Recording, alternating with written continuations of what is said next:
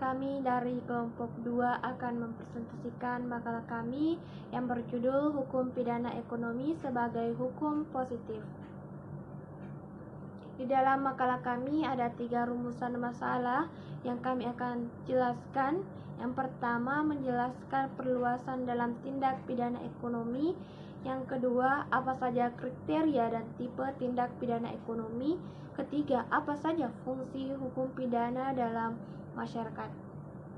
Saya sendiri, Nur Aini, akan menjelaskan beberapa perluasan dalam tindak pidana ekonomi. Perluasan atau penyimpanan UU TPE terhadap ketentuan umum KUHP adalah: 1.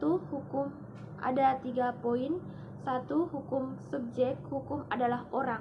2. UU TPE dalam pasal 15 subjek hukum diperluas selain orang juga badan hukum, perseroan, perserikatan, dan yayasan, semua merujuk pada korporasi.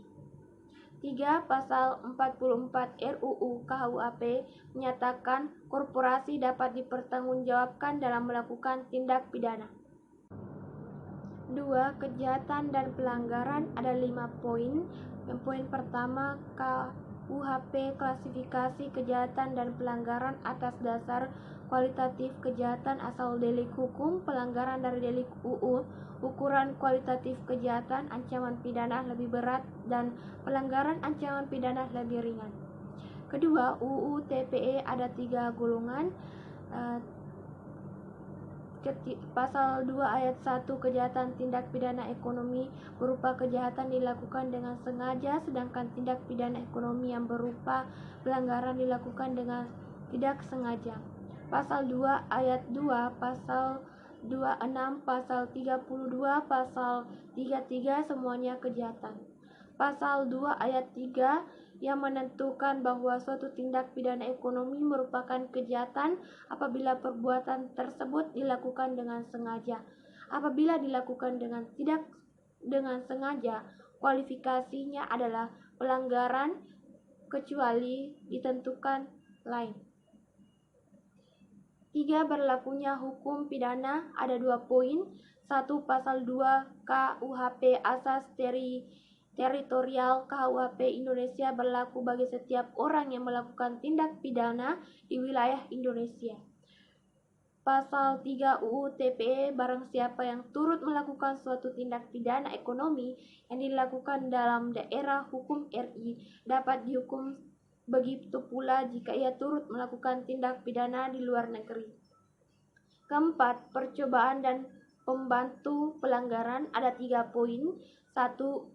KUHP pasal 53 mengatur percobaan, pasal 54 percobaan melakukan pelanggaran tindak pidana. Yang kedua, UU TPE pasal 4 percobaan pelanggaran dipidana. 3. Percobaan kualifikasi dengan melakukan tindak pidana. Dan bagian kelima, in absentia, yang akan dijelaskan oleh teman saya, Sulfika. Terima kasih. Baik, saya atas nama Sulfika akan melanjutkan materi yang dibawakan tadi oleh saudari Nur Aini.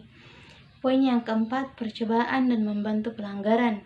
Yang pertama, KUHP pasal 53 mengatur percobaan. Pasal 54 melakukan pelanggaran tidak dipidana. Yang kedua, UU TP pasal 4 percobaan pelanggaran pidana. Yang ketiga, percobaan dikualifikasikan dengan melakukan tindak pidana. Poin kelima, in absentia. Yang pertama, pasal 1 ayat 54 KUHP menyatakan bahwa kehadiran terdakwa di sidang pengadilan adalah merupakan kewajiban, bukan merupakan hak, sehingga terdakwa dapat dihadirkan secara paksa. Yang kedua, pasal 16 UU TP mengandung pengertian orang yang sudah mati bisa dihukum. Dan yang ketiga, pasal 77 KUHP menyatakan bahwa tuntutan gugur bila terdakwa meninggal dunia. Jadi, di dalam KUHP peradilan harus dihadiri terdakwa. Poin keenam yaitu pidana. Pasal 10 KUHP berupa pidana pokok dan pidana tambahan. Pasal 35 KUHP. Yang kedua, UU TP menentukan 3 jenis pidana. Ketiga, pasal 6 pidana pokok, pasal 7 pidana tambahan, dan pasal 8 pidana tata tertib. Selanjutnya, poin yang ketujuh yaitu seeking. Pertama, UU TP dikenal sebagai lembaga seeking yang merupakan lembaga penyelesaian di luar pengadilan, yaitu berupa dendam damai. Wewenang khusus dari Jaksa Agung sekarang kepada Menteri Keuangan. Yang kedua, KUHP pasal 82 lembaga ini ada. Poin yang terakhir atau poin yang ke-8 yaitu pengadilan. Pertama, pasal UU TP perlu dibentuk pengadilan ekonomi berikut jaksa, hakim, dan panitera ekonomi. Selanjutnya, materi ketiga akan dibawakan oleh teman saya, Saudari Marlina Aulia. Baik, bismillahirrahmanirrahim. Assalamualaikum warahmatullahi wabarakatuh. Perkenalkan, nama saya Marlina Aulia Marlin. Pada kesempatan kali ini saya akan menjelaskan tentang karakteristik dan tipe tindakan pidana ekonomi. Oke, karakteristik menurut Edmund Waitwitz itu dikemukakan menjadi 3 karakter. Yang pertama yaitu pelaku penggunaan modus operandi yang sulit untuk dibedakan dengan modus operandi kegiatan ekonomi pada umumnya. Yang kedua yaitu tindakan pidana. Ini biasanya melibatkan pengusaha sukses yang ahli di bidangnya. Yang ketiga yaitu tindakan pidana yang memerlukan penanganan khusus atau pengendalian secara khusus dan aparatur penegak hukum pada umumnya. Ketiga karakteristik tadi yang telah saya sebutkan itu berbeda dengan karakteristik menurut karakteristik umum yang telah dikemukakan oleh para pakar-pakar kriminologi lainnya. Kemudian karakteristik tindakan pidana di bidang ekonomi yang lebih rinci itu dan lebih mendalam itu dikemukakan oleh Clark yang meliputi beberapa hal. Yang pertama, revisi. Yang kedua itu kurangnya pelanggaran ketertiban umum. Yang ketiga itu ada internal detection and control atau deteksi dan pengendalian internal. Yang keempat, the limited role of law atau peran hukum yang terbatas. Yang kelima yaitu ambiguitas kejahatan bisnis. Yang keenam, business offense of politik atau pelanggaran bisnis dan politik. Yang ketujuh adalah sanksi. Yang kedelapan adalah konsumerisme dan akubilitas bisnis. Yang kesembilan yaitu private interest versus the public good, yaitu kepentingan pribadi versus kepentingan umum. Oke, masing-masing karakteristik tersebut ini telah dijelaskan secara gamblang di dalam bukunya. Clark di dalam bukunya itu yang berjudul Business Crimes, Its Natural and Control. Hemat penulis, ke-9 ciri karakteristik ini membedakan tindakan pidana di bidang ekonomi dengan tindakan konvensional atau yang biasanya itu kayak pencurian, pencopetan, dan penipuan atau perampokan bank. Karakteristik sesungguhnya adalah cerminan semangat dari individualisme ataupun liberalisme. Sedemikian tingginya dan mendarah dagingnya semangat di kalangan masyarakat pengusaha, sehingga tampak bahwa kelompok masyarakat ini memiliki kekebalan hukum tertentu yang sulit disentuh sekalipun oleh tangan-tangan aparatur penegak hukum. Di lain pihak, suatu perusahaan memiliki organisasi dan di dalamnya sudah terdapat aparat pengawas atau dewan komisaris yang ditugasi mengadakan pengawasan dan monitoring terhadap setiap sepak terjang langkah direktur-direkturnya.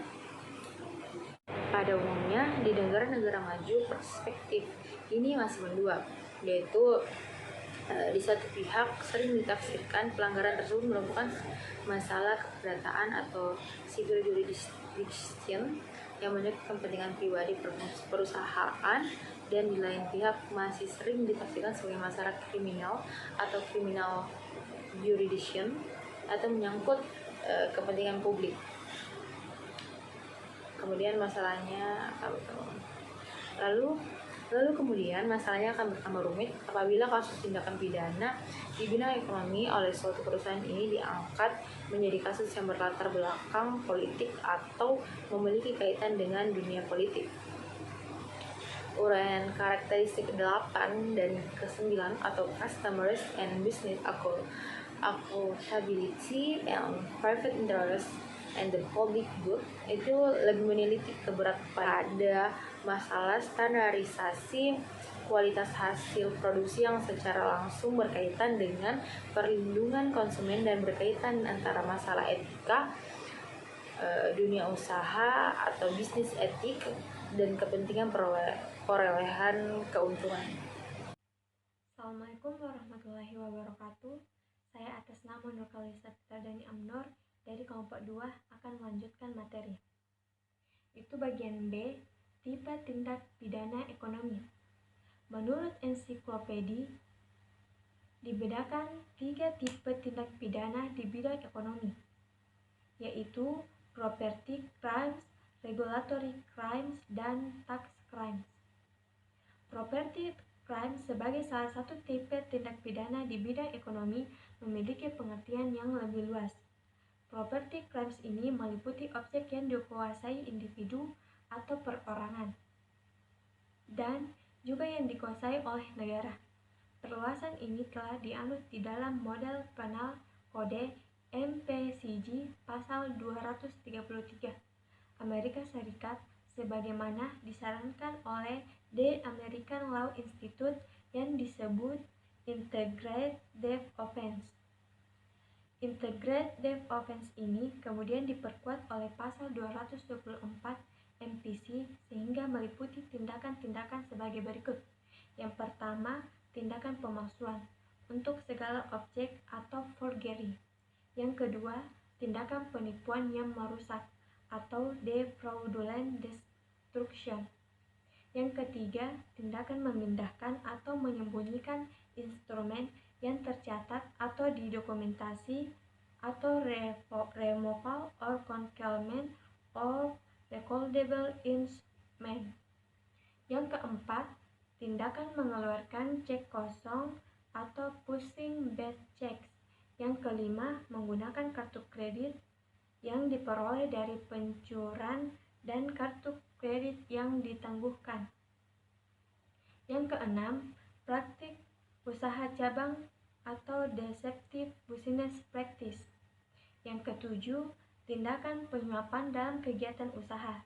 Yang kedelapan, tindakan perolehan atau pemilihan sesuatu dengan cara tidak jujur atau curang. Yang kesembilan, tindakan penipuan terhadap kreditur beriktikat baik.